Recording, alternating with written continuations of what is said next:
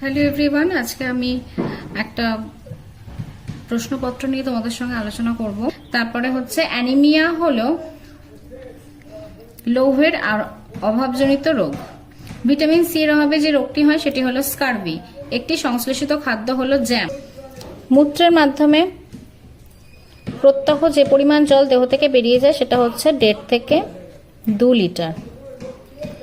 তোমার শরীরে উপস্থিত প্রোটিনের নাম হচ্ছে কেরাটিন।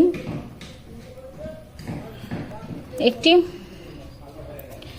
ফাইটোকেমিক্যাল বা উদ্ভিজ্জ রাসায়নিকের নাম হলো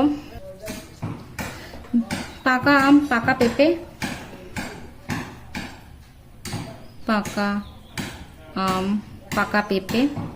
মস্তিষ্কের মধ্যে অবস্থিত তরল হলো CSF অর্থাৎ সেরিব্রো স্পাইনাল ফ্লুইড। রাতে কম দেখা যায় ভিটামিন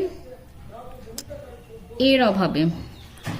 অ্যানিমিয়া বা রক্তাল্পতা কাকে বলা হয়? লৌহ বা আয়রনের দীর্ঘদিনের ঘাটতির জন্য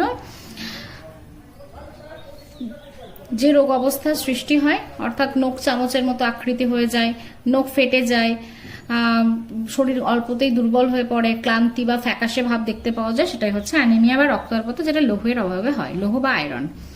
মোমো বা চাউমিন হলুদ মিষ্টিতে কি মেশানো থাকে? আজিনামোটো।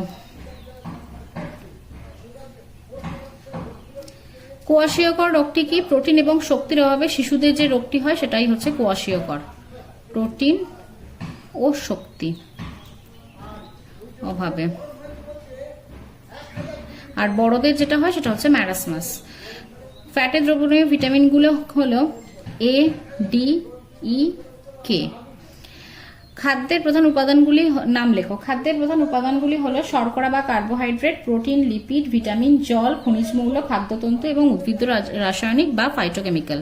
প্রাকৃতিক খাদ্য কাকে বলা হয়? সরাসরি প্রকৃতি থেকে আমরা যে খাবারগুলো পেয়ে থাকি সেগুলো হচ্ছে প্রাকৃতিক খাদ্য। প্রাকৃতিক খাদ্যের পুষ্টিগুণ হচ্ছে সবচেয়ে বেশি এবং দাম সবচেয়ে কম।